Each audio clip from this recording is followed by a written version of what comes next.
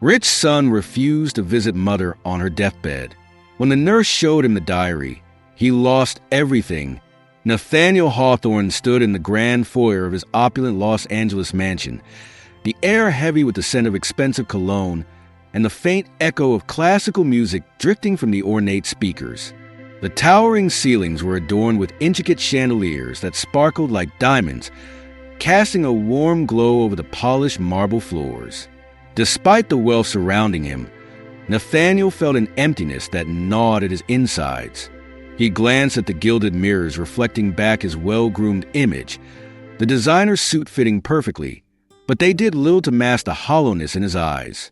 "Victor," Nathaniel called, his voice echoing slightly in the vast space. Victor, his mentor and business advisor, appeared from the adjacent room, a stack of documents in hand. He was a man in his late 50s, with salt and pepper hair and a sharp gaze that had seen both triumphs and failures in the world of high finance. "Ah, Nathaniel," Victor replied, a hint of concern threading through his tone. "I've been reviewing the projections for the new venture. I think we're on the verge of something great here." Nathaniel smirked, his confidence almost palpable. "Of course we are. With the right investments and my connections, we'll be unstoppable. I can already see the headlines." He waved his hand dismissively, as if brushing away any doubt. Victor's brow furrowed. "You know, sometimes it's not just about the money. It's about the relationships you build along the way. Have you considered Dash?" "Relationships?" Nathaniel interrupted, his tone sharp. "You mean like the one I have with my mother?" He chuckled, but it lacked humor, a mere facade to cover his discomfort. "She's been sick for a while now. I can't say I'm surprised. I have a business to run, Victor. I can't just drop everything." Victor sighed, his expression serious. "Nathaniel, your mother is Dash. She's in the hospital, yes." "I know." Nathaniel cut him off. "But it's not like she's going anywhere. Besides, I'm busy making a name for myself." He turned his gaze back to the documents, effectively dismissing Victor's concerns. Meanwhile, in a starkly different environment, Beatrice Hawthorne lay in a hospital bed, surrounded by the sterile scent of antiseptic and the beeping of machines that monitored her fragile condition. The room was dimly lit, a contrast to the brightness Nathaniel basked in at home. Beatrice's once vibrant face was now pale and drawn, her eyes filled with a mixture of pain and longing. She had always been the epitome of grace and strength, a woman who had sacrificed so much for her son's success. Now, as she lay there, she felt the weight of her unspoken regrets. Clara, a compassionate nurse in her late 20s, entered the room with a soft smile. She had been assigned to Beatrice's care and quickly became her confidant. Clara had a knack for making her patients feel at ease, her presence a balm for their worries.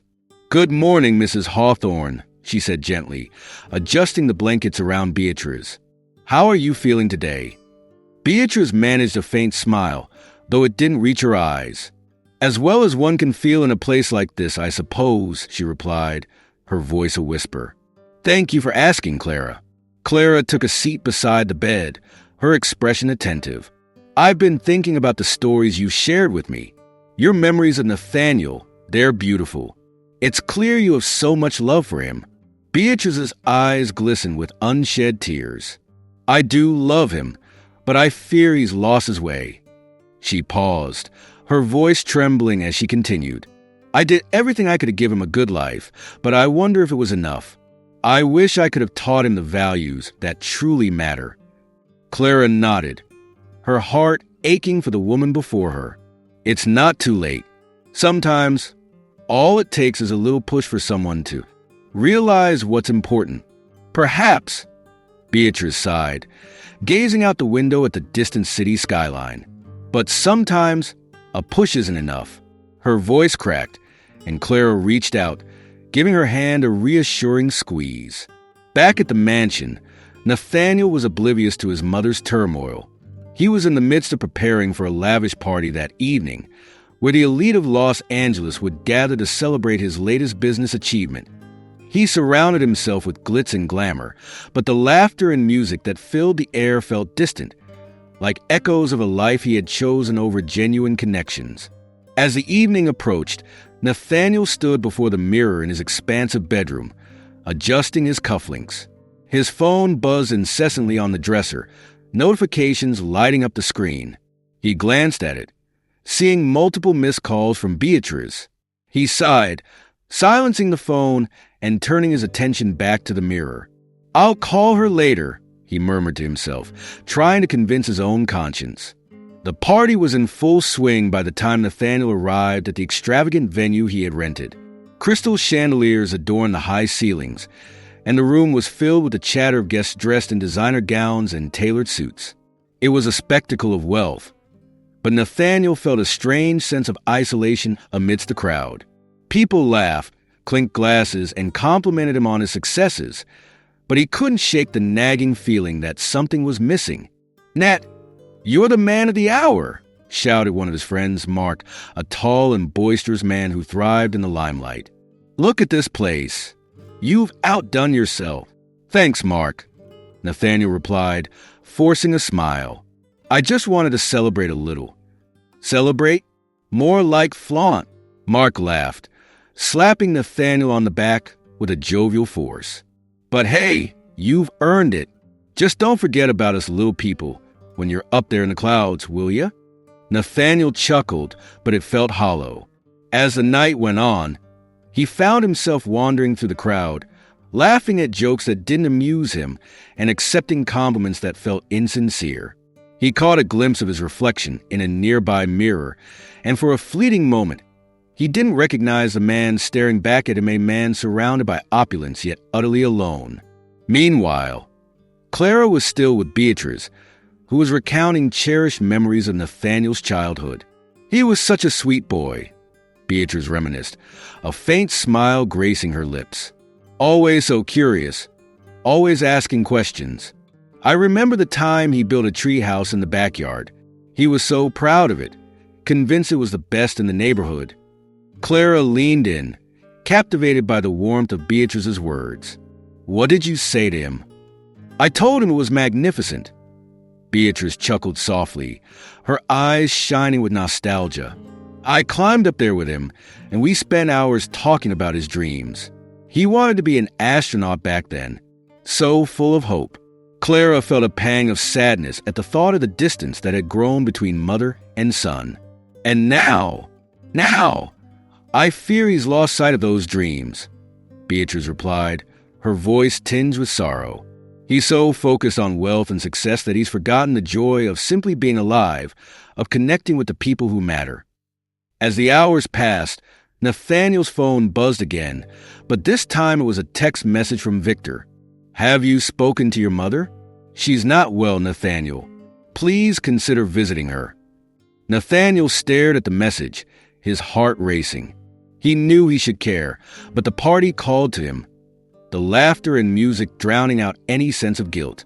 He pocketed the phone and forced another smile as he mingled, pushing aside the nagging feeling that something was terribly wrong. But in that hospital room, as Clara listened to Beatrice share her heart, the weight of unspoken words hung in the air, a testament to the love that yearned to bridge the chasm between mother and son.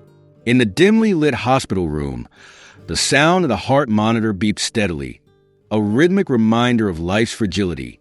Beatrice Hawthorne lay frail on the white sheets, her once vibrant spirit now diminished to a whisper of its former self. Her chestnut hair, which used to cascade like a waterfall, now lay limp against her pillow.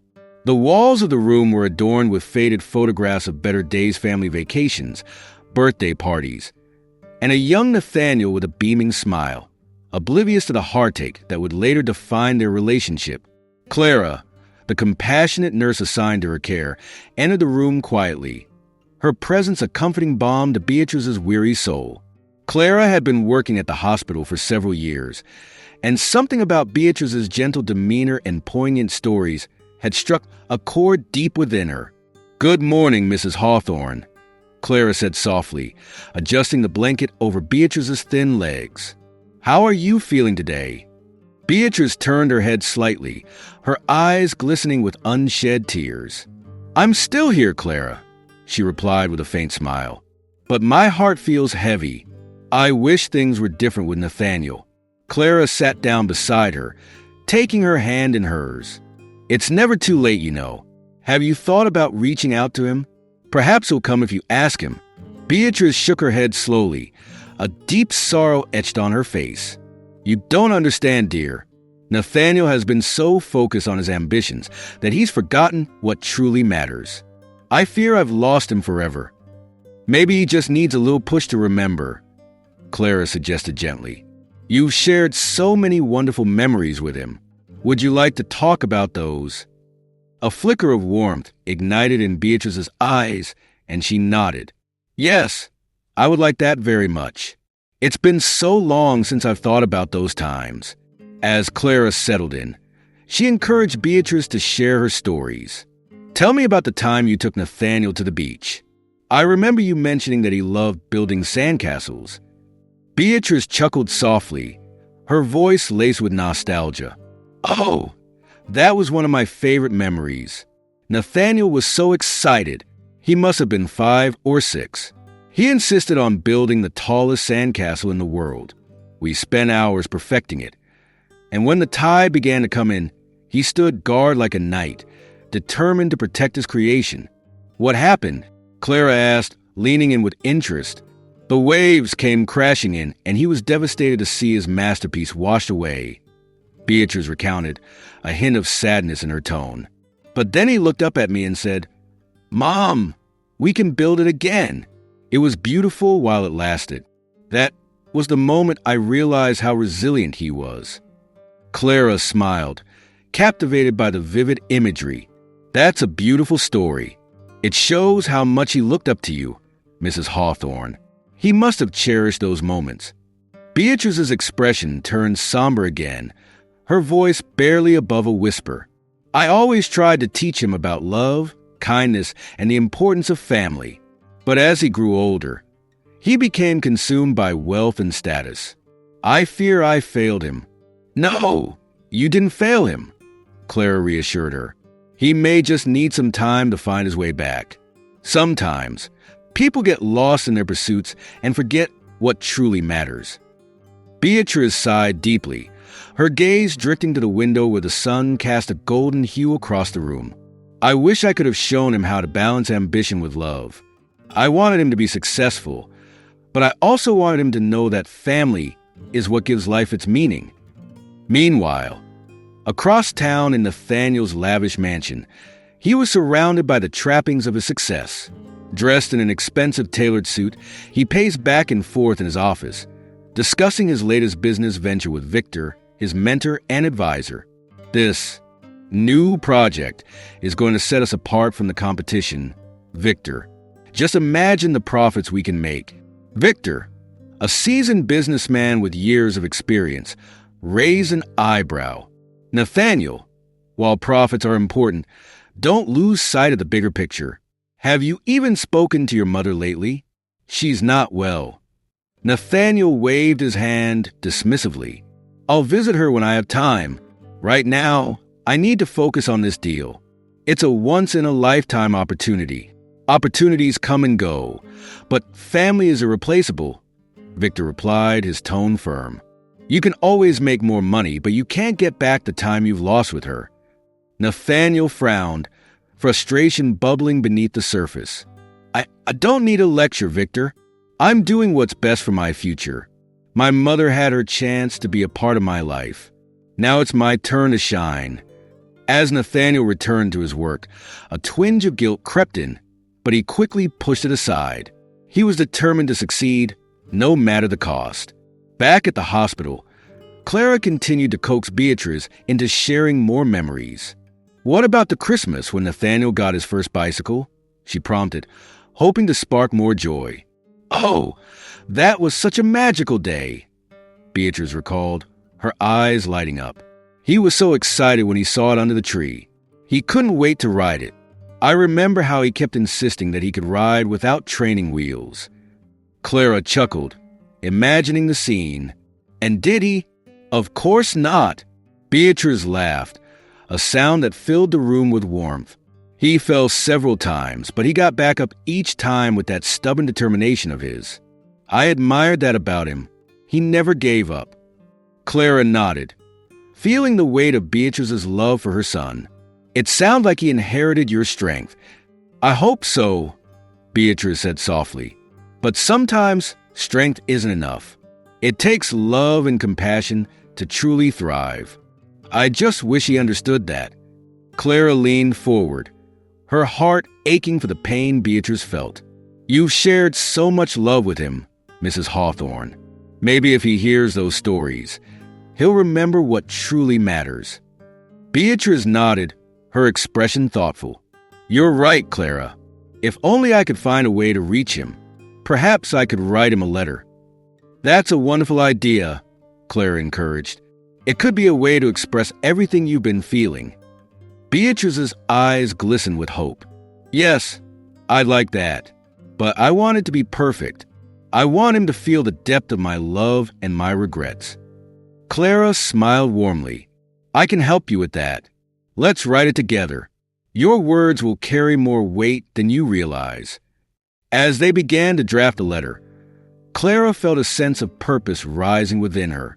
She recognized the importance of Beatrice's stories, not just for Nathaniel but for herself as well. She had seen firsthand how the bonds of love could heal the deepest wounds, and she was determined to help Beatrice reconnect with her son in whatever way she could. As the afternoon sun streamed through the hospital window, illuminating the room, Clara picked up a pen and began to write down Beatrice's words. Dear Nathaniel, she read aloud, pausing to allow Beatrice to gather her thoughts. Tell him I love him, Beatrice said, her voice trembling with emotion. Tell him that despite everything, I've always been proud of him. I want him to know that I've always believed in him. Clara continued to write, her heart swelling with the weight of Beatrice's love and longing. They pored over the letter together, and each word seemed to bridge the gap between mother and son, offering a glimmer of hope for a future reconciliation. As the evening approached, the room was filled with a sense of purpose and anticipation. Beatrice felt lighter, as if the act of sharing her memories had begun to mend the chasm between her and Nathaniel. Clara looked at her with admiration, knowing that together they were crafting something beautiful, an expression of love that could not be extinguished, even in the face of death. In the heart of Los Angeles, the bustling city continued to thrive outside, oblivious to the emotional storm brewing within the walls of the hospital. For Beatrice and Nathaniel, the journey toward understanding and healing had only just begun, but Clara was determined to be the guiding light in their path, ensuring that love would ultimately triumph over the shadows of regret. Nathaniel Hawthorne leaned back in his plush leather chair, the warm glow of the Los Angeles sun filtering through the expansive windows of his mansion. The walls were adorned with priceless art, and the floor was polished to a mirror-like sheen. But despite the opulence surrounding him, Nathaniel felt a profound emptiness. He gazed at his phone, the screen lighting up with several missed calls from his mother, Beatrice. Each one was a reminder of her frail condition in the hospital, but he dismissed them, choosing instead to focus on a new business venture he was so eager to discuss with Victor, his mentor. Look, Nathaniel, this is a significant opportunity, Victor said, leaning forward, his voice earnest. But you need to understand the importance of family, especially during times like these. Nathaniel waved a hand dismissively. Come on, Victor. Business is business. My mother has always been. Well, she's always been there. It's not like she's going anywhere. I need to secure this deal first. Victor frowned, his concern evident. Nathaniel, your mother's health is deteriorating. You can't ignore her forever. Money won't fill that void. Nathaniel shifted uncomfortably in his chair, avoiding Victor's gaze. I'll go see her eventually. Right now, I have to focus on my future. Meanwhile, in the hospital, Beatrice lay in her bed, the beeping machines a constant reminder of her fragile state. She had not seen Nathaniel in weeks, and each passing day felt heavier on her heart. Clara, The compassionate nurse assigned to her care entered the room with a warm smile. "Good morning, Beatrice. How are we feeling today?" Clara asked, her voice gentle, as she adjusted the blankets around Beatrice. "Better, I suppose," Beatrice replied softly, her eyes glistening with unshed tears. "But I can't help but worry about Nathaniel. I haven't seen him in so long." Clara sat down in the chair beside her bed, taking Beatrice's frail hand in hers. "He's a busy man, Beatrice, but I believe he'll come around. Sometimes people need a little push to realize what's important." Beatrice sighed, her voice barely above a whisper. "I just wish I could reach him.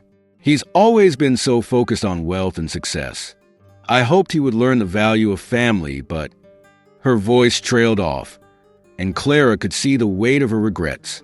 "Tell me about your favorite memories with him," Clara suggested, hoping to lift Beatrice's spirits.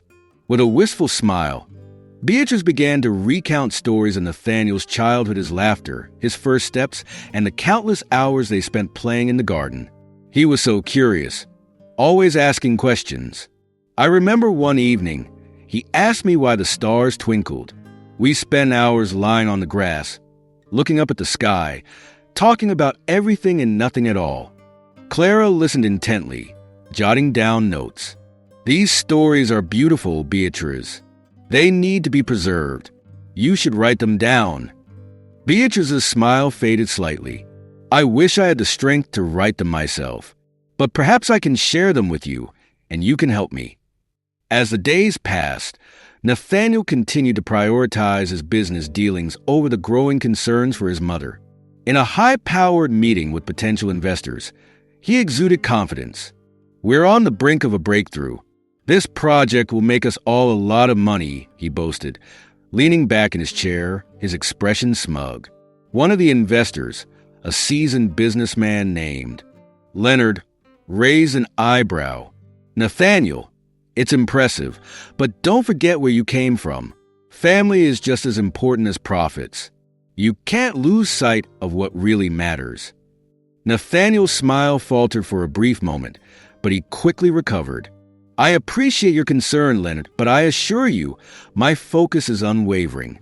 I have a vision, and I intend to see it through." As the meeting concluded, Nathaniel felt a strange sense of unease gnawing at him. He pushed the feeling aside, convincing himself that he was making the right choices. Yet, the fleeting moments of doubt lingered, shadowing him. Back in the hospital, Clara had become Beatrice's confidant, documenting her memories and emotions in a diary that she started to keep. Each day, she read old letters and photographs to Beatrice, sparking laughter and joyful tears. One afternoon, Beatrice's voice was choked with emotion as she shared her regrets. "I wanted to teach Nathaniel the importance of kindness, of giving back, but I fear I failed him. I was so busy providing for him that I neglected the lessons that truly matter." Clara squeezed Beatrice's hand, tears brimming in her eyes. "You've given him love, Beatrice. There's always a chance for him to learn. Maybe he just needs a little more time."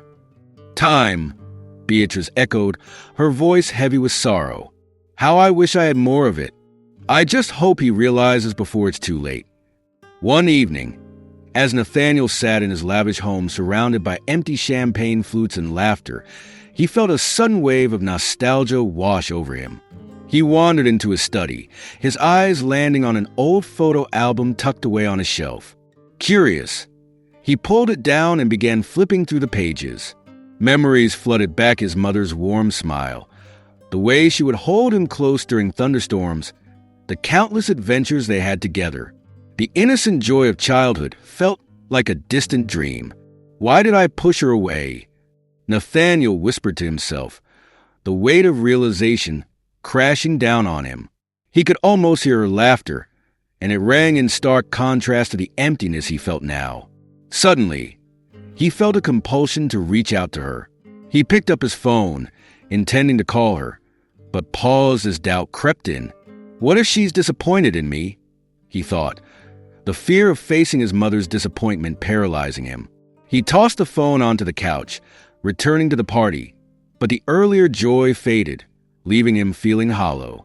At the hospital, Clara noticed Beatrice's health declining rapidly. She sat by her side, reading from the diary they had compiled together. Beatrice listened intently, her eyes shining with a mixture of happiness and sadness. "Clara, promise me something," Beatrice said, her voice frail but determined. "If Nathaniel comes, please give him my letter. I want him to know how much I love him, regardless of everything." Clara nodded, her heart aching. "Of course I will. He needs to hear this from you." As Beatrice closed her eyes, Clara continued reading from the diary, sharing stories of resilience, love, and the importance of family. Each word felt like a lifeline, a connection to the past that Beatrice cherished. Days turned into a blur, and Nathaniel's inner turmoil grew. Despite the facade of success, he felt increasingly isolated. He found himself in a bar, drowning his sorrows in whiskey, when he received a call from Clara. "Hello?" he answered, his voice thick with alcohol. "Nathaniel, it's Clara. I need to talk to you about your mother. It's urgent." A knot twisted in Nathaniel's stomach. "What's wrong?" he asked, panic rising. "She's deteriorating. I think you should come to the hospital," Clara urged, her voice steady yet filled with emotion. Nathaniel's heart raced.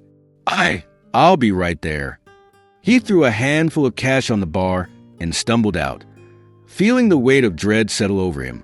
The drive to the hospital was a blur, each traffic light stretching into eternity. When he finally arrived, he rushed through the sterile corridors, his heart pounding in his chest. As he entered Beatrice's room, the sight before him struck him like a blow. Beatrice lay frail and weak, her face pale against the white sheets. Clara, sitting beside her, looked up with concern. "Nathaniel," Beatrice murmured, her voice barely audible. He rushed to her side, taking her delicate hand in his. "Mom, I'm here. I'm so sorry," he choked out, tears welling up in his eyes. Clara stepped back, giving them space, but she kept a watchful eye on them. "I'll be just outside if you need me," she said softly before leaving the room. Beatrice smiled weakly, her eyes reflecting both love and pain. "My dear Nathaniel, I've missed you so much." Nathaniel's heart clenched. "I should have been here. I should have called.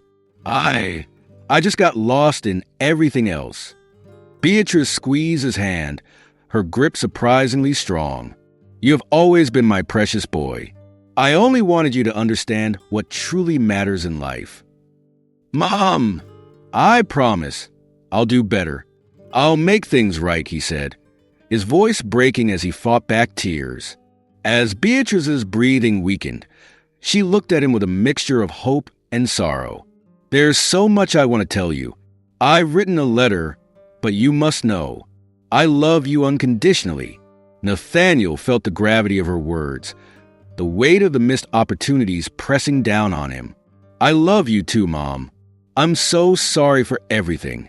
Tears streamed. Clara sat by Beatrice's bedside, the soft beeping of the machines around them creating a rhythm that was both comforting and disconcerting.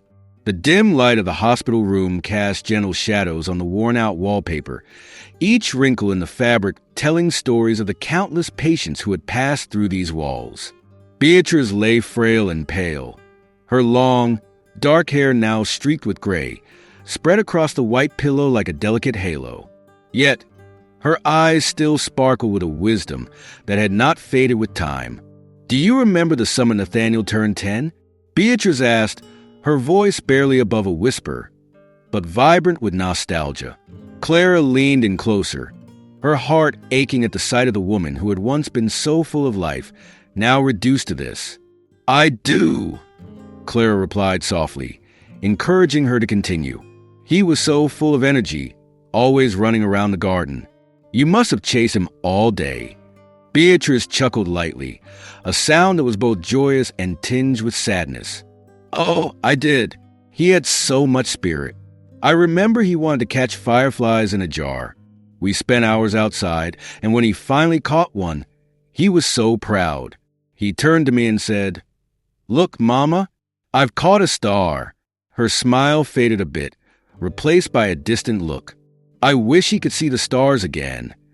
Clara felt a lump in her throat as she watched Beatrice's expression change. He's still that child inside, I believe. He just needs a little reminding, she said gently, hoping to soothe the woman's evident pain. Reminding. Beatrice echoed, her voice trembling. I've tried so hard to teach him what really matters, but I fear I've failed him. I should have been there for him more, instead of getting lost in the whirlwind of our lives. Clara reached out and squeezed Beatrice's hand, feeling the frailty of her grasp. You've done your best, Beatrice. Sometimes life takes us on unexpected paths, but it's not too late. He still has time to learn. Beatrice turned her gaze to the ceiling, as if searching for answers in the sterile tiles above. What if he doesn't want to learn? What if he's too far gone? Her voice cracked, and Clara could see tears glistening in her eyes. I believe he has a heart that can still be reached, Clara reassured her. But he needs to understand your love, your sacrifices. You should share your stories with him, your memories. They might spark something in him. Beatrice sighed deeply, a sound filled with both resignation and hope. I wish I could write him a letter, express everything I feel before it's too late. Why not? I can help you with that, Clara suggested, her heart racing at the idea of allowing Beatrice to pour out her soul onto paper. Beatrice's eyes lit up momentarily. You would do that for me? Of course, Clara replied, her voice steady. Let's start with how you feel about him. What do you want him to know? Beatrice nodded slowly, her mind racing through the memories. Tell him that I'm proud of him. Despite everything, he's my son, and I've always loved him more than he could ever know. Clara grabbed a notepad from the table beside them, flipping it open to a fresh page. And what about the moments you cherished together? Those times when he made you laugh. Write about the fireflies, Beatrice said, her voice gaining strength as the memories unfolded. And how I promised him that he could always catch stars, no matter how old he got. I want him to remember that joy. Clara scribbled down the words, trying to capture the essence of Beatrice's feelings. What else? She prompted gently. I want him to know that life is fleeting, and it's the love we share that lasts. I regret not spending more time with him when he was growing up. I was so busy trying to provide for him, I forgot to just be there. Clara paused, looking up to meet Beatrice's gaze. I think he needs to hear that. He may not realize how much you sacrificed for him. Yes, Beatrice agreed, a tear rolling down her cheek. He needs to know that I wanted the best for him, but not just in wealth. I wanted him to be happy, to love, to be loved. Clara continued to write, capturing the raw emotion pouring from Beatrice's heart. And what about forgiveness? Do you want him to forgive you? Beatrice's expression shifted, a flicker of regret passing over her features. Yes, I hope he can forgive me for not being the mother he needed. I hope he can forgive himself for the distance that grew between us.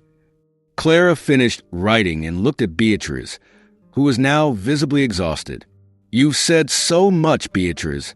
This letter is going to mean the world to him. Beatrice smiled weakly, her eyes shimmering with unshed tears. Thank you, Clara. You've been a light in my darkness. Just then, the door creaked open and a nurse entered, her face brightening as she caught sight of the two women. How are we doing in here? She asked cheerfully.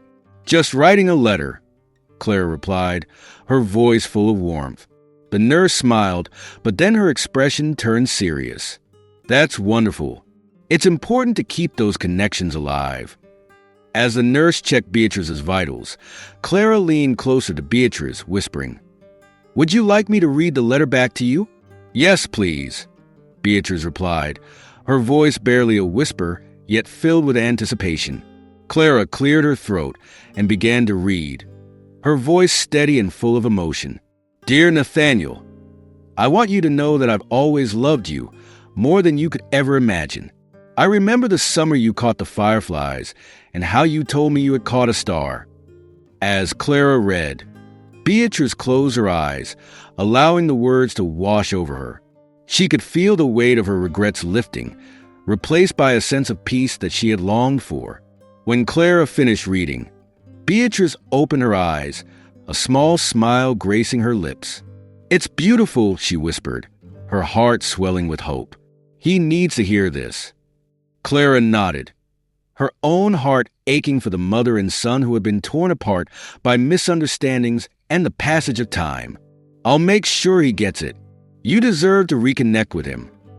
"I just hope he's willing to listen," Beatrice said, her voice trembling slightly. Clara squeezed her hand gently. "He may surprise you. Sometimes it takes a little push to open someone's heart. You've given him the key." As the evening wore on, Clara stayed by Beatrice's side, sharing stories of her own family of love and loss, and the importance of cherishing every moment. Beatrice listened intently, her heart swelling with gratitude for the connection they had forged in such a short time. "Thank you, Clara," Beatrice said softly. "You've reminded me of what truly matters. I may not have much time left, but I want to leave this world knowing I tried to reach my son." Clara smiled, her heart aching for the woman who had fought so hard for her family. "You've already made a difference, Beatrice, just by being you." As they continued to talk, the shadows lengthened in the room, and the weight of their conversation hung in the air like a promise waiting to be fulfilled. It was a bittersweet moment, filled with hope and heartache, as they both recognized the fragility of life and the enduring power of love. Nathaniel leaned against the polished marble bar, the golden lights of the lavish party flickering above him like a constellation of stars. The laughter of the guests echoed around him, punctuated by the clinking of glasses and the soft strains of a live band playing in the corner. Yet, despite the opulence wrapping him like a warm blanket, Nathaniel felt a chill deep within. He glanced around at the crowd's smiling faces, designer outfits, and the endless chatter of light-hearted banter. They were all there to celebrate him, to toast his latest venture, a new tech startup poised to make him even richer. But the emptiness gnawed at him, a silent reminder that something vital was missing. "Hey, Nathaniel, you've got to try this cocktail. It's fantastic," shouted one of his close friends, Jake, as he approached, holding a vibrant drink garnished with an elaborate twist of citrus. "Yeah, maybe later," Nathaniel replied absently, his gaze drifting toward the shimmering skyline of Los Angeles visible through the enormous glass windows. "I gotta take care of a few things first." Jake frowned, his brow furrowing with concern. "You've been saying that for a while now. You should really enjoy this moment. We're all here for you, man." Nathaniel forced a smile, but his heart wasn't in it. "Thanks, Jake. I appreciate it, but I just have a lot on my mind." "Is this about your mom?" Jake asked, lowering his voice as if the question were a taboo topic. Nathaniel stiffened at the mention of Beatrice, his mother. He had been avoiding her calls, and now she was in the hospital, clinging to life. But the thought of visiting her filled him with dread. He didn't want to confront the mess of emotions that lay tangled within him. "Let's not talk about that here," Nathaniel said, his tone sharper than he intended. Jake raised his hands in a gesture of surrender, understanding the unspoken boundary. As Jake walked away, Nathaniel's mind drifted back to the previous week, when Clara had called him to update him on Beatrice's condition. He had brushed her off, choosing instead to immerse himself in work and parties. After all, he thought, what could he possibly say to her? The guilt bubbled up, but he quickly suppressed it, focusing instead on the laughter echoing around him. Meanwhile, in a sterile hospital room painted in soft pastels, Clara sat beside Beatrice's bed, the steady beep of the monitor marking the rhythm of the woman's fading life. Beatrice's once bright eyes were now dim, reflecting the exhaustion of her battle against illness. Yet, there was a warmth in her gaze as she spoke to Clara, her voice a soft whisper. "I wish Nathaniel could understand how much I love him," Beatrice said, her voice trembling with emotion. "I've tried to show him, but he's so lost in this world of wealth. It's like he doesn't see anything beyond it." Clara nodded, her heart aching for the woman who had given so much of herself. You've done your best, Beatrice. Sometimes, it takes a long time for people to realize what truly matters. Beatrice sighed, her frail hand clutching Clara's. I just hope he doesn't regret it when it's too late. I've always wanted to teach him the value of love and family. I fear I've failed him. You haven't failed, Clara reassured, wiping a tear from her cheek. You've given him a good life. He just needs to find his way back. As they shared these intimate moments, Clara couldn't help but feel a sense of urgency to preserve Beatrice's stories. She began jotting down their conversations in a small journal, capturing the essence of Beatrice's love, her regrets, and her hopes for Nathaniel. Back at the party, Nathaniel's thoughts spiraled further into turmoil. He could feel the weight of his choices pressing down on him, a reminder of the phone call he had so easily dismissed. He glanced at his reflection in a nearby mirror, adjusting his tie and forcing a confident smile. But deep down, he was starting to feel the discontent rise, like bile in his throat. Suddenly, a commotion erupted in the center of the room, drawing his attention. He turned to see Jake arguing with another guest, a sharp-dressed investor named Mark. Nathaniel knew Mark had a reputation for being brutally honest, and the tension in the air was palpable. Listen, Nathaniel, Mark said, pointing a finger at him as he stepped closer. You're doing great work, but don't forget where you came from. You're losing sight of what really matters. Family is everything. Nathaniel's heart raced at the words. What do you know about my family? He snapped, his frustration boiling over. You don't understand my life. Mark crossed his arms, unflinching. I might not know your family, but I see the way you've been distancing yourself. You think success will fill that emptiness, but it won't. Trust me. Maybe I don't need your advice, Nathaniel retorted, the anger surging through him. I'm perfectly fine without it. Mark shook his head. You're playing a dangerous game, Nathaniel. One day, you'll wake up and realize you've lost everything that truly matters. You might want to start thinking about that before it's too late. With that, Mark turned and walked away, leaving Nathaniel standing there, a whirlwind of emotions swirling inside him. He couldn't shake the feeling that Mark's words hit too close to home. The party continued around him, but Nathaniel felt like an outsider, trapped in a glass case of his own making. In a moment of clarity, Nathaniel excused himself, stepping outside onto the balcony. He leaned against the railing and took a deep breath of the cool night air, trying to calm the storm inside. He closed his eyes, and memories began flooding back his mother's laughter, the way she used to hold him when he was scared, and the countless nights they spent together reading books. But those memories were quickly overshadowed by the guilt of his recent choices. He pulled out his phone, hesitating as he stared at the screen. Should he call her? The thought of hearing her voice filled him with dread, but he also felt an overwhelming urge to connect. He wanted to reach out, to tell her he loved her, but the fear of facing the truth kept him frozen in place. Back in the hospital, Clara was reading aloud from her journal, the comforting sound of her voice filling the room. Beatrice listened intently, her eyes glistening with unshed tears. I remember the day Nathaniel learned to ride a bicycle, Clara read, her voice soft and soothing. He was so determined, even when he fell. I cheered him on, and when he finally succeeded, the joy on his face was priceless. Oh, how I wish he could remember that joy, Beatrice murmured, a single tear escaping down her cheek. He used to be so full of life. Clara paused, looking at Beatrice with empathy. He still has that spark inside him. He just needs to be reminded of it. Beatrice nodded slowly, a flicker of hope igniting in her heart. If only he could hear these stories. Maybe they'd help him understand. Meanwhile, Nathaniel stood on the balcony, staring at the city lights, his heart heavy with regret. It was then that he realized he had to go to her. He couldn't let fear dictate his actions any longer. Beatrice was fighting for her life, and he needed to fight for their connection. With a surge of determination, he turned to head back inside. He would leave the party behind and make the trip to the hospital. As he walked through the crowd, he caught sight of Jake again, who raised an eyebrow in question. "Everything okay?"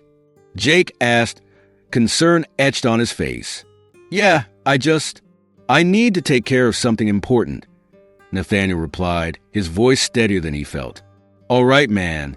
Just remember, we're here for you," Jake said, clapping him on the shoulder. Nathaniel nodded, but his mind was already racing, thoughts of Beatrice flooding back. He had a chance to show her that he cared, to finally bridge the chasm that had formed between them. As he stepped into the cool night air, he felt a sense of urgency propelling him forward. He had to reach her before it was too late. The journey to the hospital felt like an eternity, but the closer he got, the more resolute he became. He would face the music, confront his fears, and hopefully find the words to say what he had long neglected to express. As Clara read the final lines from the journal, Beatrice closed her eyes, visualizing a world where her son and she could reconnect. She took a deep breath, her heart hopeful, wishing for a chance to mend the bonds that had frayed over time. And as Nathaniel approached the hospital, he felt the weight of the past lifting, replaced by a flicker of hope that maybe, just maybe, it wasn't too late to reclaim what mattered most. Nathaniel had always been surrounded by opulence, yet he felt an emptiness that glittering chandeliers and expensive suits could not fill. As he sat in his office in the mansion, the sun streaming through the large glass windows, he reflected on the business deals that seemed to consume his life. His mentor, Victor, a seasoned businessman with a weathered face and wise eyes, had been trying to steer him toward a more meaningful path. "Success is great, Nathaniel, but at what cost?" Victor had asked, leaning back in his chair, his fingers steepled in front of him. "What are you truly building? Is it wealth or a legacy?" Nathaniel shrugged, dismissing the weight of Victor's words. "I'm building my empire, Victor. Isn't that what everyone wants?" He leaned back, attempting to project confidence, but deep down, he felt a nagging doubt. Meanwhile, in a quiet hospital room, Beatrice lay frail and pale, her breath shallow. The sterile smell of antiseptic filled the air, contrasting sharply with the vibrant memories that danced in her mind. Clara, the compassionate nurse with a gentle smile, had become more than just a caretaker. She was a confidant, a vessel for Beatrice's memories. "Do you remember the first time Nathaniel rode a bike?" Beatrice asked, her voice barely above a whisper. Clara, sitting by her bedside, leaned in closer, eager to hear the stories that shaped the woman's life. "I do," Clara replied with a smile. "You were so proud of him, Beatrice." "Oh, yes." Beatrice chuckled softly, her eyes sparkling with nostalgia. He was so determined. He fell countless times, but each time he got back up and tried again. I remember chasing after him, terrified he'd fall and hurt himself, but he just kept going. Clara felt a lump in her throat as Beatrice shared these cherished memories. "He sounds like a brave little boy," she said softly. "Yes, he was," Beatrice said, her voice trembling slightly. "But somewhere along the way, I lost him to this world of greed." She paused, her gaze drifting to the window where the sun cast warm rays across the room. "I tried to teach him about love, compassion, and the importance of family, but it seems he only heard the siren call of money." Clara reached out, gently squeezing Beatrice's hand. "It's never too late, Beatrice. Sometimes people just need a little push to find their way back." The sharp contrast of their worlds became clearer to Clara as she listened to Beatrice's regrets. She couldn't understand Nathaniel fully, as she had never experienced the kind of wealth he had. But she could see how a life consumed by ambition could lead one to neglect the very relationships that matter most. As Nathaniel returned to his lavish lifestyle, he found himself at a high-profile business meeting, surrounded by the elite, discussing deals that would further inflate his already excessive wealth. He sat at the head of the table, exuding confidence, yet there was a hollowness behind his bravado that even the finest suits couldn't disguise. I'm telling you, this investment will yield unprecedented returns, Nathaniel boasted, his voice rising with enthusiasm.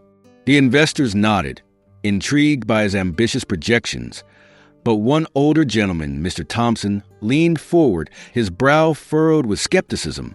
While I appreciate your passion, Nathaniel, have you considered the human cost of your pursuits? He questioned, his voice steady. You speak of numbers and profits, but what about your family? What about your mother? Nathaniel's expression soured at the mention of his mother. My mother is fine, he snapped defensively. She's just an obstacle I need to overcome. Mr. Thompson shook his head, disappointment etched on his face. You may have wealth, but without the love of family, you're truly impoverished, Nathaniel. Don't lose sight of what truly matters. Nathaniel clenched his fist under the table, anger bubbling within him. Family? What had family ever done for him?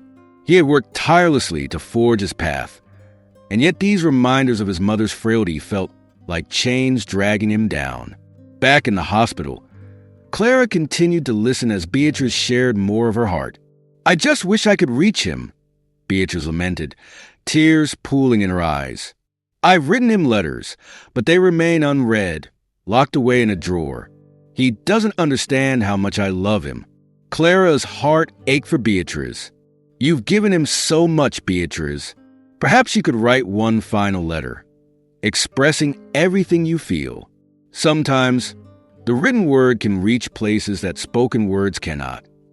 Beatrice considered Clara's suggestion, wiping her tears with a trembling hand. You're right. I want him to know that I'm proud of him, despite everything. I want him to know that my love for him is unconditional. With Clara's encouragement, Beatrice began to share her thoughts aloud, and Clara jotted them down hastily, her heart racing with the weight of Beatrice's emotions.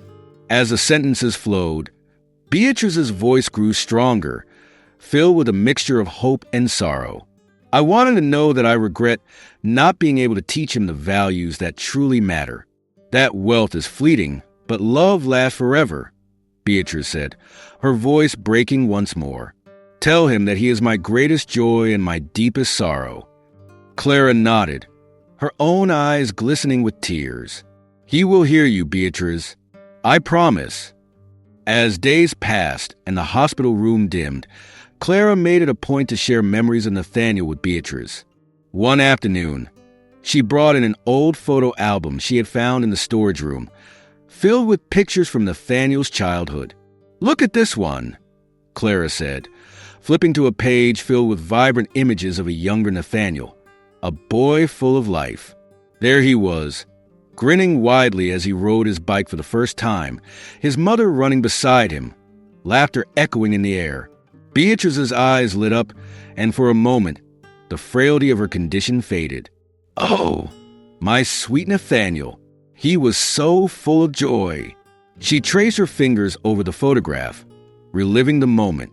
His laughter was like music to my ears. Clara smiled, encouraged by the glimmer of life in Beatrice's eyes. He seems like such a wonderful boy.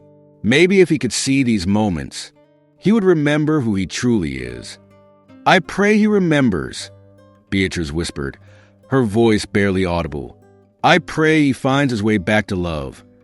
The days blurred into one another, and Nathaniel continued to bury himself in work, attempting to drown out the growing guilt that haunted him.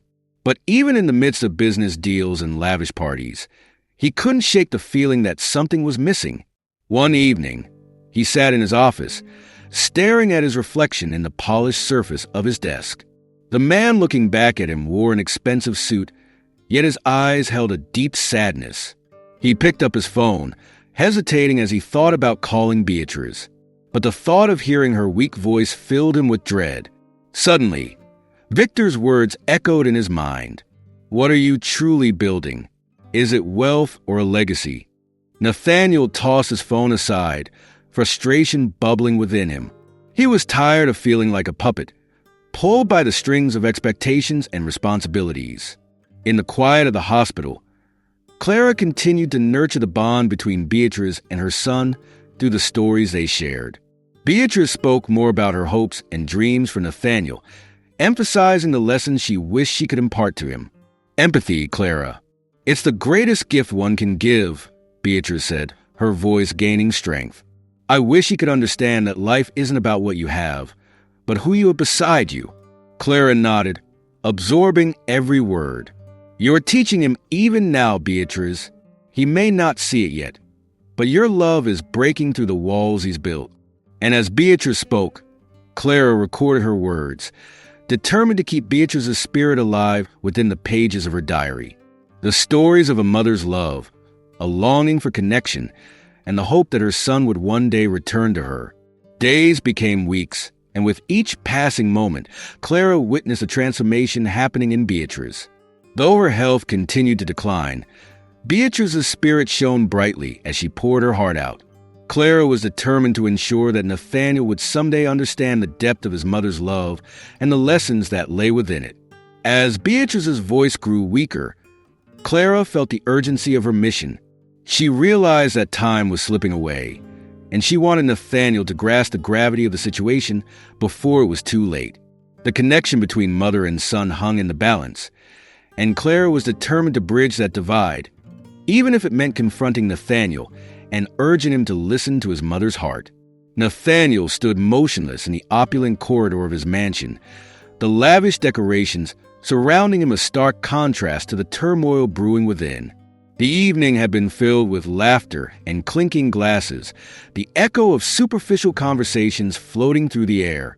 Yet, he felt more isolated than ever, the weight of his choices pressing down on him like a heavy shroud. As the party swirled around him, Nathaniel's thoughts drifted back to his mother, Beatrice, lying in a hospital bed, her life slipping away. The distant buzz of his phone brought him back to reality. It was Clara again, the nurse who had been caring for Beatrice, calling with news he dreaded yet couldn't ignore. "Mr. Hawthorne?" Clara's voice crackled through the line, tinged with urgency. "I think it's time you came to see your mother. Her condition has worsened." Nathaniel's heart sank. I can't right now, Clara. I have important guests. Maybe later?"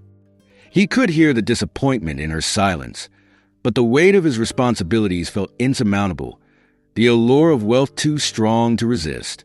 "Time isn't on your side, Nathaniel. She's asking for you." Clara pressed gently, concern lacing her tone. "You may not have another chance." The words hung in the air, a silent reminder of the choices he had made. Ignoring his instincts, he ended the call, shoving his phone into his pocket as he turned back to the party. Laughter erupted around him, yet he felt like a ghost wandering through his own life. Later that night, Nathaniel found himself wandering into his dimly lit study, the walls lined with accolades and the spoils of his business ventures. He poured himself a drink, the amber liquid swirling in the glass mirroring the chaos in his mind. He flipped through an old photo album he had found earlier, a collection of fading memories of his childhood, of moments shared with Beatrice before the shadows of ambition had clouded their relationship. As he skimmed through the pages, a particular image caught his eye, a sun-drenched afternoon, him and his mother laughing in the backyard, their faces lit with pure joy. He could almost hear her laughter ringing in his ears. But the moment was fleeting, overshadowed by the reality of their current estrangement. "Why did I let it come to this?" he muttered to himself, frustration boiling inside him. He slammed the album shut, the sound reverberating in the silence of the room. Determined to drown out his thoughts, he downed the drink in one swift motion. The next morning, Nathaniel's phone buzzed once more, pulling him from an uneasy sleep. It was Clara again. "Mr. Hawthorne, I'm afraid I need to speak with you urgently. Please come to the hospital," she said, her voice trembling slightly. A knot twisted in his stomach. Ignoring the call was no longer an option. He felt a mix of dread and guilt settle over him as he finally made his way to the hospital. The drive felt eternal, the world outside moving in slow motion while his heart raced. When he arrived at the hospital, the sterile environment felt suffocating. The fluorescent lights flickered overhead, and the faint smell of antiseptic filled the air. He approached the nurse's station, his heart pounding as he asked for Beatrice's room. "Room 302, the nurse replied, offering a sympathetic smile. "She's been asking for you."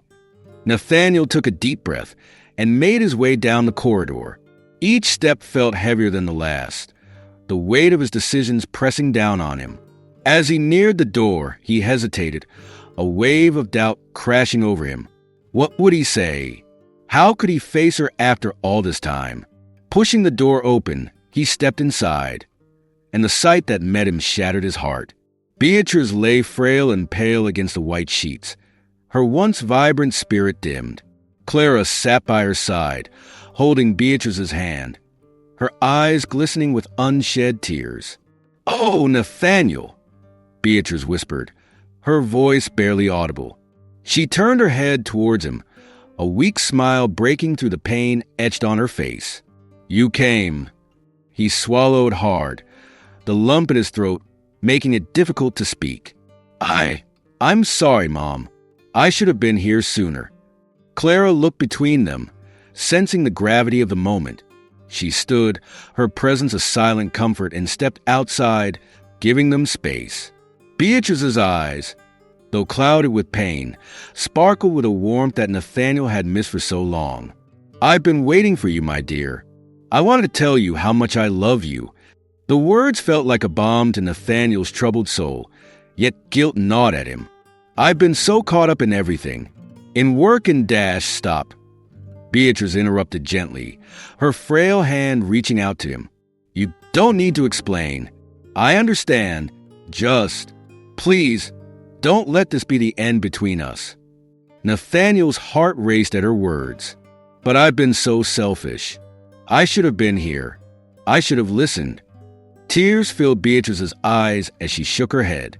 "It's never too late to change, Nathaniel. Life is fleeting, and what truly matters is the love we share, not the wealth we accumulate."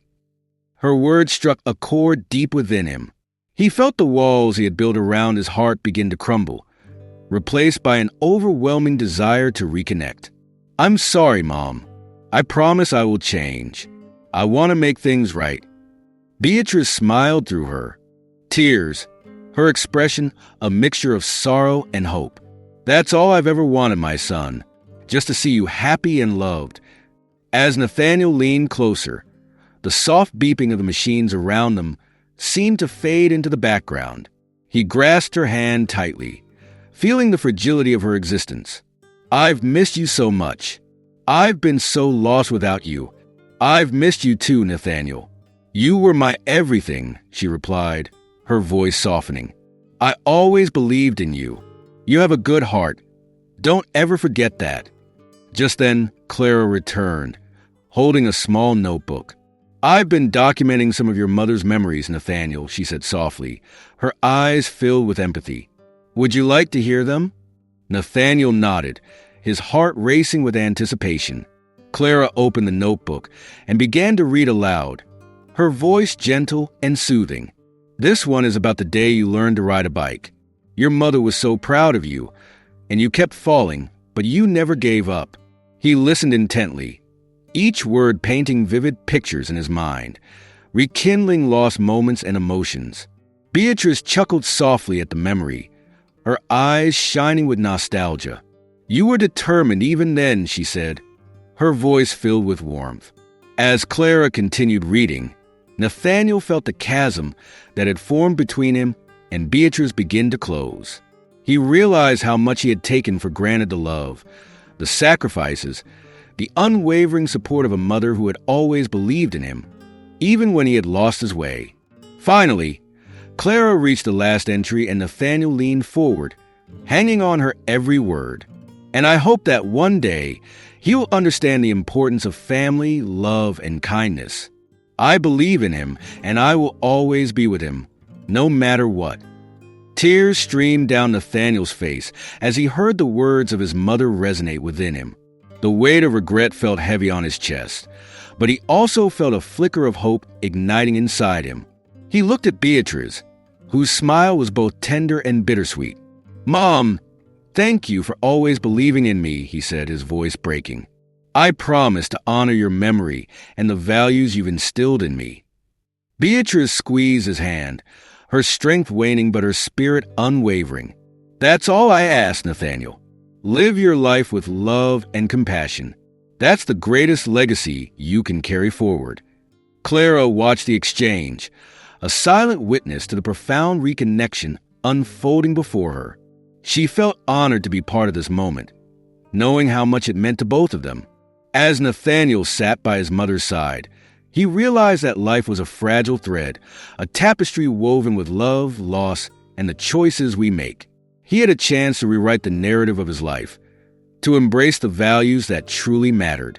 And as he held Beatrice's hand, he knew he would never take that opportunity for granted again. Nathaniel stood in the sterile, dimly lit hospital room, his heart pounding in his chest. The steady beeping of the machines that surrounded his mother's frail body served as a harsh reminder of the reality he had been avoiding for so long. He had delayed his visit to Beatrice, thinking that time would stretch indefinitely, that he could afford to ignore her presence and focus on his own ambitions. But now, standing at the threshold, he felt a wave of regret wash over him. This was not the way he had intended to confront his mother, and the weight of his choices hit him hard. His mother lay there, a fragile shadow of the vibrant woman he had once known. Beatrice's once bright eyes were now clouded, and her skin had taken on a pallid hue. Nathaniel felt a lump form in his throat as he took a hesitant step inside the room, the smell of antiseptic filling his nostrils. He could hear Clara's soft voice, soothing and gentle, as she spoke to Beatrice, reading from a diary she had begun to keep, chronicling the whispers of their shared memories. "Mom!" Nathaniel's voice trembled, a mixture of uncertainty and fear. Beatrice's eyes fluttered open, and a faint smile crossed her lips, though it was tinged with sadness. "Sweetheart," she rasped, struggling to find her breath. "You came." I had to," he stammered, his heart racing. The words felt inadequate, but they were all he could muster. He approached her bedside, his hands trembling as he reached for hers. They were cold, and he felt a pang of guilt clawing at him. "I'm so sorry for not being here sooner." Beatrice's gaze softened, but there was a lingering sadness in her eyes. "I understand, Nathaniel. You've always been so focused on your pursuits." Her voice was barely above a whisper, but it echoed in his mind like a haunting reminder of his neglect. "I was caught up in everything," he said, struggling to keep the tremor out of his voice. I thought I had time." "You never really do you?" she replied, her eyes glazed with unshed tears. "Time slips away when you least expect it. I want to tell you about the things that really matter." His heart raced as Clara gently placed the diary on the bedside table, her eyes filled with compassion. Nathaniel glanced at her, then back at his mother, whose face bore the weight of unspoken words. "Mom," he said, his voice breaking, "I've been so selfish. All I could think about was the inheritance, the business. I never stopped to think about you." Beatrice smiled softly, a bittersweet expression that tugged at Nathaniel's heartstrings. "Nathaniel, my love, it's never too late to change. I just wanted you to know that love and family are the true treasures, not the wealth you chase." He felt tears prick at his eyes as he remembered the warmth of their childhood moments, the times when they would laugh together, when he was her whole world. "I miss those times," he confessed, his voice thick with emotion. "I miss you." Clara stood quietly to the side, witnessing this fragile reunion, her heart aching for both of them. She had seen the effects of Nathaniel's choices, how they had created a chasm between him and his mother. "Do you remember the stories I used to tell you, Nathaniel?" Beatrice continued, her voice softening. "The tales of kindness and compassion, those values are your true inheritance." "I remember," Nathaniel replied, his throat tight. "But I forgot how to care." Clara stepped forward, her voice gentle but firm. "It's not too late, Nathaniel. Your mother wants you to remember who you are, what truly matters." Nathaniel met Clara's gaze, and for the first time, he felt a flicker of hope. "I want to change," he said, determination creeping into his voice. "I want to honor you, Mom. I want to make you proud." Beatrice's hand squeezed as gently, and a tear rolled down her cheek. "You've already made me proud by being here now. Just promise me you'll carry my love with you, no matter where you go." The room was thick with emotion as Nathaniel nodded, overwhelmed by a surge of feelings he had long buried. "I promise," he said, his voice steady now. "I promise to carry your love." Clara stepped back, giving them a moment of privacy. She felt a swell of emotion herself, witnessing the healing that was beginning to unfold. She had hoped for this moment, where Nathaniel would finally confront his choices and embrace the love that had always been there, waiting for him to acknowledge it. As Nathaniel continued to hold his mother's hand, he felt a strange sense of clarity wash over him. The memories Clara had shared from the diary began to echo in his mind. The laughter, the stories, the warmth of his mother's embrace. He realized how far he had drifted from those moments, how he had allowed ambition to consume him. "Mom, can you tell me more about those stories?" he asked, his voice softer now. "About the values you wanted to teach me?" Beatrice's eyes lit up with a spark of energy as she began to speak. "There was a time when kindness was the cornerstone of our lives. I wanted you to grow up knowing that helping others brings true joy. It's not the size of your bank account that defines you, but the size of your heart." Nathaniel leaned in closer, hanging on to every word. "I want to learn," he said, his tone earnest. "I've been so lost, but I want to find my way back." Beatrice smiled, pride evident in her weary eyes. "You're already on your way, my dear. It starts with understanding that love is the most powerful force we have. It can heal, it can mend what is broken." Tears streamed down Nathaniel's face as he processed her words. "I wish I had understood that sooner," he whispered. "I've missed so much time." Clara watched the exchange, her heart swelling with hope. It was a beautiful moment, a testament to the strength of love and the possibility of redemption. She could see the transformation beginning in Nathaniel, the walls he had built around himself slowly crumbling. "Mom, I want to honor you in every way I can," Nathaniel said, his voice steadying. "I want to create a life that reflects the values you've instilled in me. I want to make a difference." Beatrice's smile widened, but there was a hint of sadness as she replied, "You already have, Nathaniel.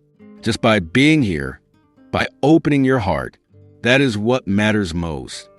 As Nathaniel wiped his tears, he felt a sense of peace enveloping him.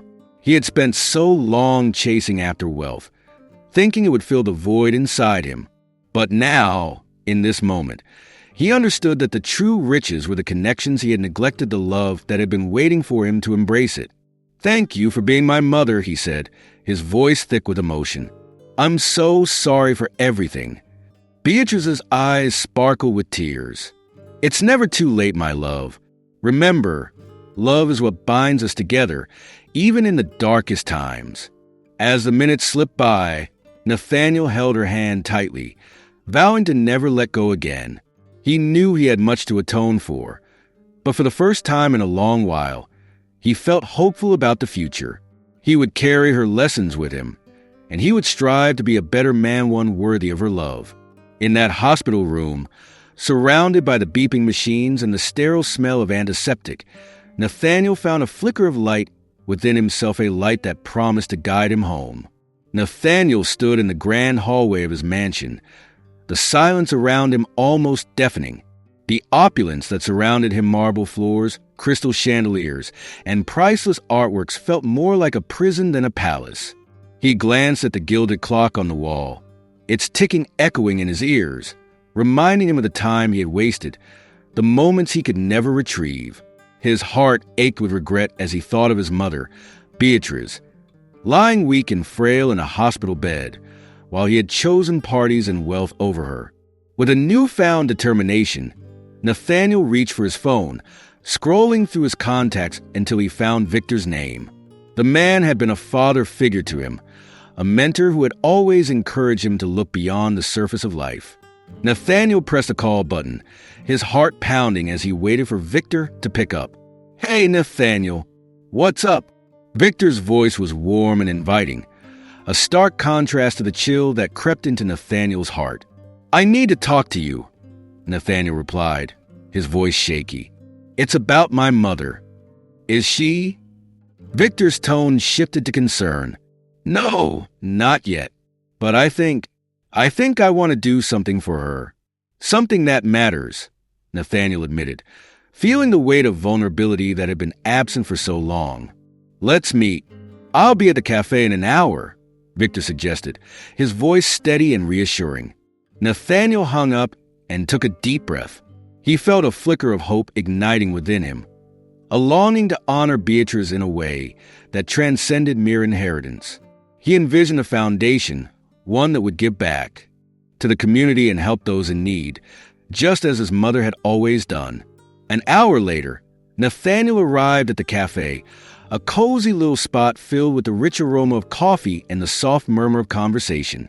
He spotted Victor sitting at a corner table, his face lit up with a warm smile. Nathaniel felt a rush of gratitude for the man who had stood by him through thick and thin. "Hey, you look better," Victor remarked, motioning for Nathaniel to sit down. "I think I might actually be feeling better," Nathaniel replied, a small smile breaking through his earlier gloom. "I've been thinking about my mom and how much she always cared for others." Victor nodded, his expression shifting to one of encouragement. "You're not just your mother's son, Nathaniel. You can create something that reflects her values. It's never too late." Nathaniel leaned forward, his voice low but filled with excitement. "What if I started a foundation? Something that helps children in need shelters, education, healthcare. My mom always talked about wanting to make a difference." "That's a fantastic idea," Victor exclaimed, his eyes sparkling with enthusiasm. "You have the resources, and more importantly, you have the passion. Your mother would be proud." Nathaniel felt a swell of emotion at Victor's words, a sense of purpose washing over him. "I want it to be more than just a charity. I want it to be a legacy for her, a way to keep her spirit alive."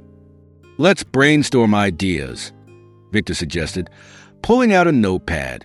"We need to outline your vision. What do you want this foundation to achieve?" As they sketched out plans, Nathaniel's heart raced with excitement. He envisioned programs that would provide mentorship for underprivileged children, scholarships for higher education, and emergency aid for families in crisis. Each idea felt like a step closer to reconnecting with the mother he had taken for granted. The conversation flowed effortlessly, and Nathaniel found himself smiling for the first time in days.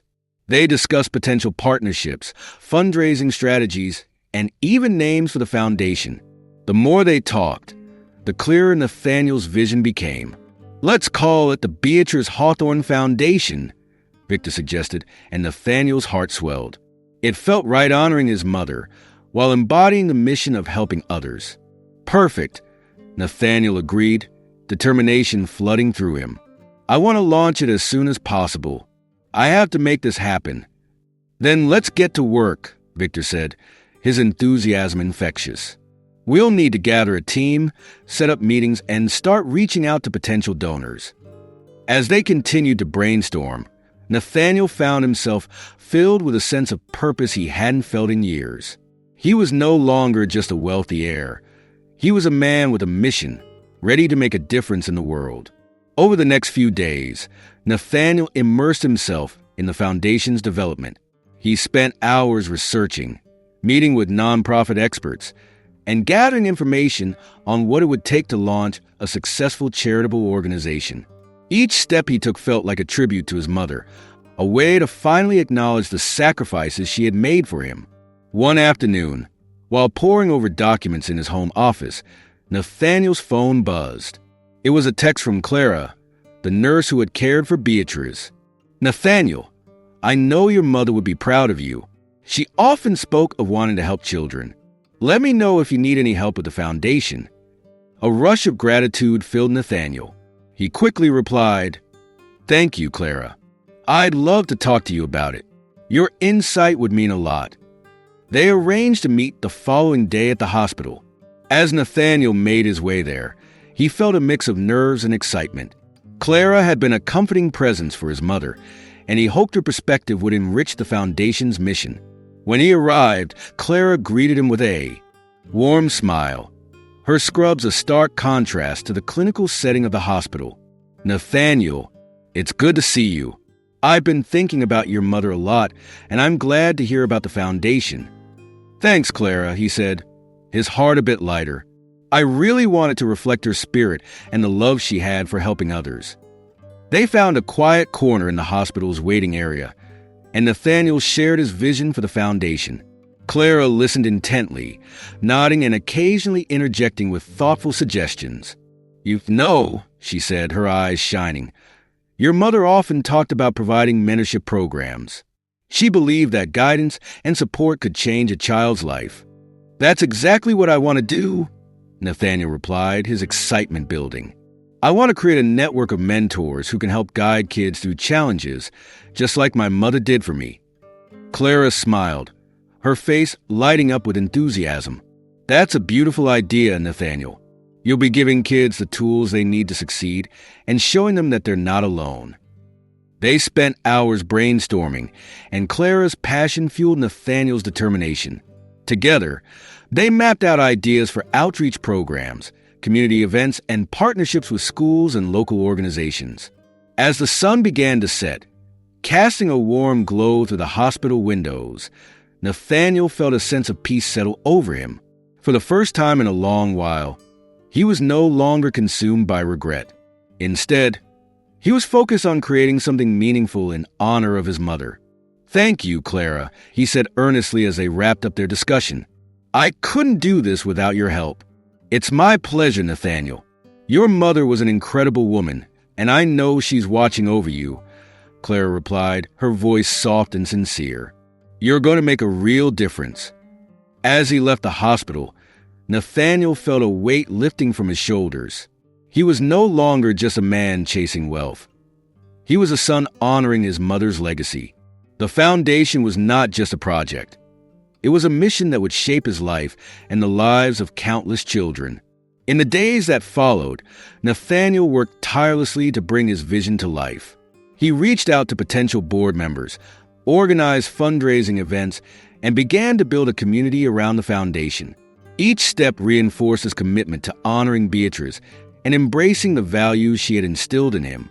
As he stood in his office one evening, looking out at the city skyline, Nathaniel realized that he had finally found purpose in his life.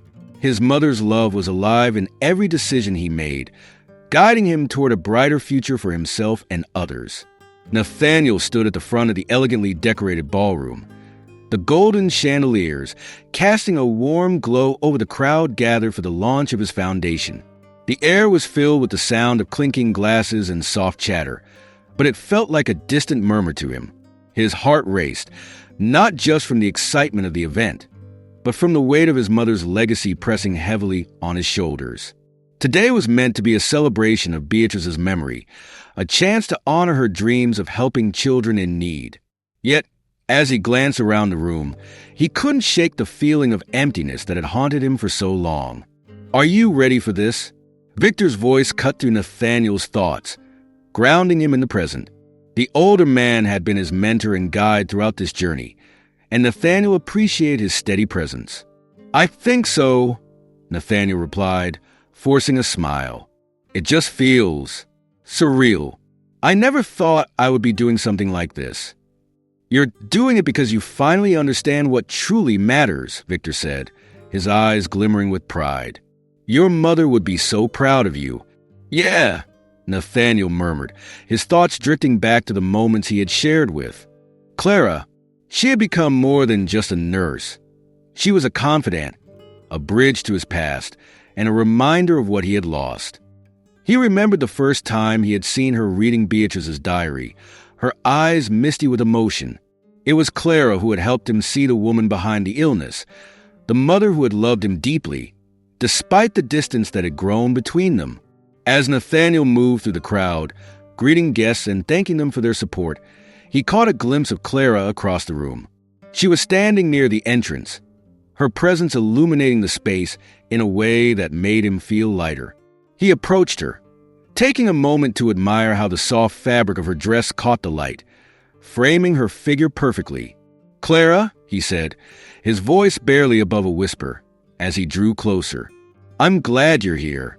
I wouldn't miss it for the world," Clara replied, her smile warm and genuine. "You've done an incredible job, Nathaniel. Your mother would be so proud." "Thank you," he said, his throat tightening with emotion. "I wish she could be here to see this. I wish I could have done more while she was still with us." Clara's expression softened as she placed a hand on his arm. "You've already done so much by honoring her legacy. This foundation is just the beginning." Nathaniel nodded, but before he could respond, a voice called out from behind him. "Nathaniel, everyone's waiting for you to give your speech." He turned to see one of the board members waving him over, and he felt a wave of nerves wash over him. "I should go," he said reluctantly, but Clara held his gaze, her eyes filled with encouragement. "Just speak from your heart. They're here for you and for her," she replied, her voice steady. Taking a deep breath, Nathaniel moved toward the stage. The crowd quieted as he took his place at the podium, the spotlight shining down on him. He glanced at the audience, noting the familiar faces of friends, family, and even some of Beatrice's old acquaintances. They were all there to support him, yet he felt profoundly alone in that moment. "Thank you all for being here," he began, his voice steady but laced with emotion. "Today, we gather not just to celebrate the launch of this foundation, but to honor the memory of my mother, Beatrice Hawthorne. She was a woman of immense compassion and love who dedicated her life to helping those in need." As he spoke, he could see Clara in the crowd, nodding along, her eyes shining with pride. It gave him strength, and he continued, "My mother taught me the importance of empathy, of giving back, and of cherishing our loved ones. I lost sight of those values for a long time, but through her memories, I found my way back to what truly matters." He paused, collecting his thoughts, remembering Clara's gentle encouragement. "This foundation is a reflection of her dreams. We aim to support children in underserved communities, providing them with the opportunities they deserve. It is my hope that, through this work, we can create a legacy of love and support that my mother would have wanted." As Nathaniel spoke, he could feel the emotions rising within him, and he fought back tears. "I want to thank Clara, who has not only been a source of support, but has also shown me the depth of my mother's love through her stories. Clara, thank you for helping me reconnect with my mother, even in her absence." The audience erupted in applause, and Clara beamed at him, her eyes sparkling with pride. Nathaniel felt a rush of gratitude wash over him as he finished his speech. "Together, let's honor Beatrice's legacy and strive to make a difference in the lives of those who need it most. Thank you." As he stepped away from the podium, Nathaniel felt a sense of relief mixed with hope. He had shared his heart with the world, and for the first time in a long time, he felt a sense of purpose. After the speech, guests mingled, sharing their thoughts on the foundation and the impact it could have. Nathaniel was swept up in conversations, but his thoughts kept drifting back to Clara. Finally, he managed to break away from the crowd and found her standing near the back, observing the festivities with a gentle smile. "Clara," he called, making his way to her. "Did you really think I could do it?" "Of course. You were fantastic," she replied, her eyes shining with admiration. "You spoke from the heart, and that's what people needed to hear." "I couldn't have done it without you," he admitted, feeling a warmth spread through him. "You've been my anchor through all of this." Before she could respond, a familiar voice called from the side. "Nathaniel, can I have a word?"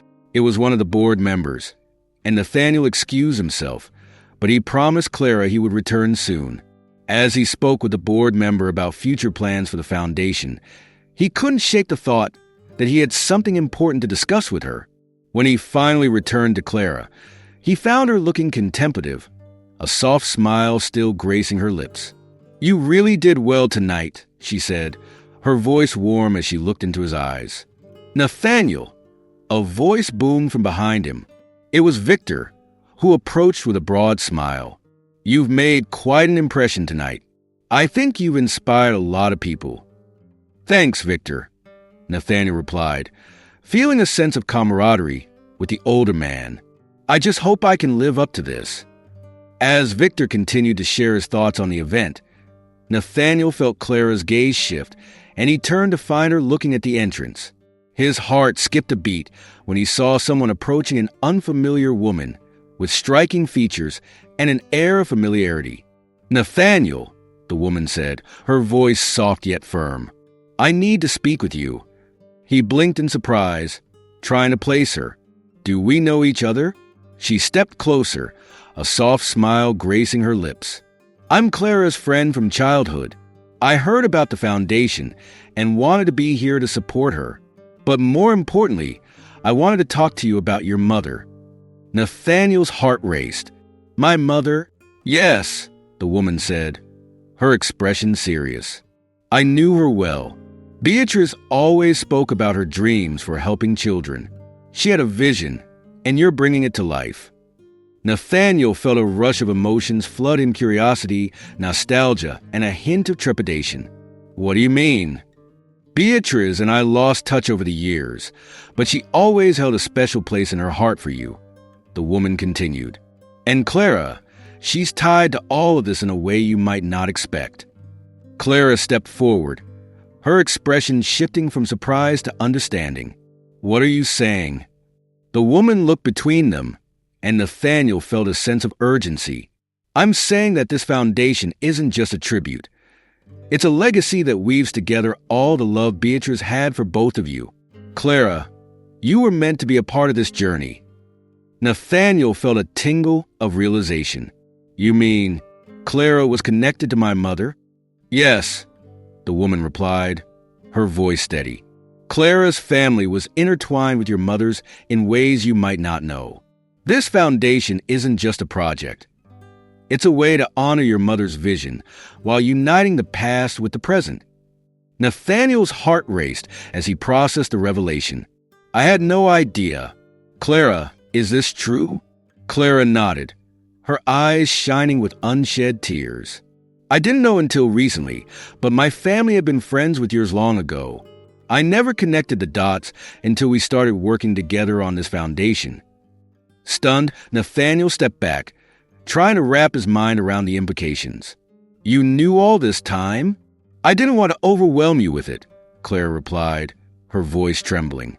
"I wanted you to focus on your mother's legacy, not the past. But now, it feels like everything is coming together. Your mother's dreams, our shared history it's all a part of. Something bigger."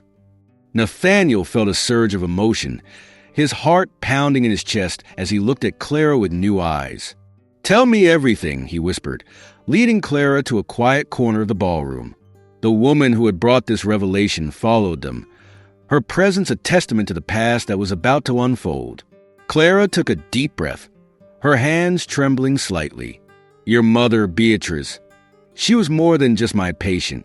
Years ago, when I was very young, my family fell on hard times. Your mother ran a small charitable organization back then, before you became wealthy. She helped my parents get back on their feet, found my father a job, and even paid for my nursing school." Nathaniel's eyes widened with recognition. "That's why you became a nurse?" "Yes," Clara nodded, tears forming in her eyes.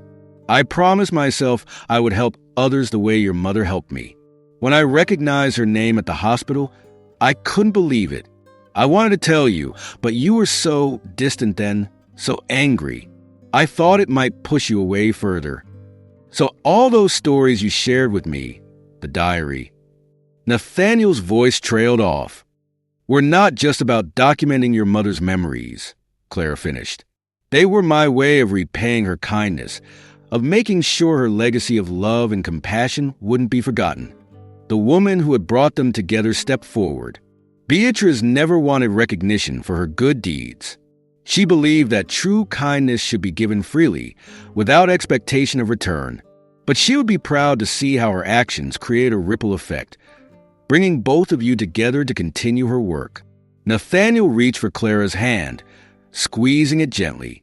All this time, you were the living embodiment of my mother's values.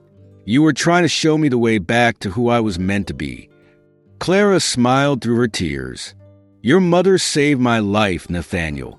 The least I could do was help save her son's soul. Victor approached them, having overheard the conversation. Now you see, Nathaniel, nothing in this life is coincidental. Your mother's love has been guiding you all along through Clara.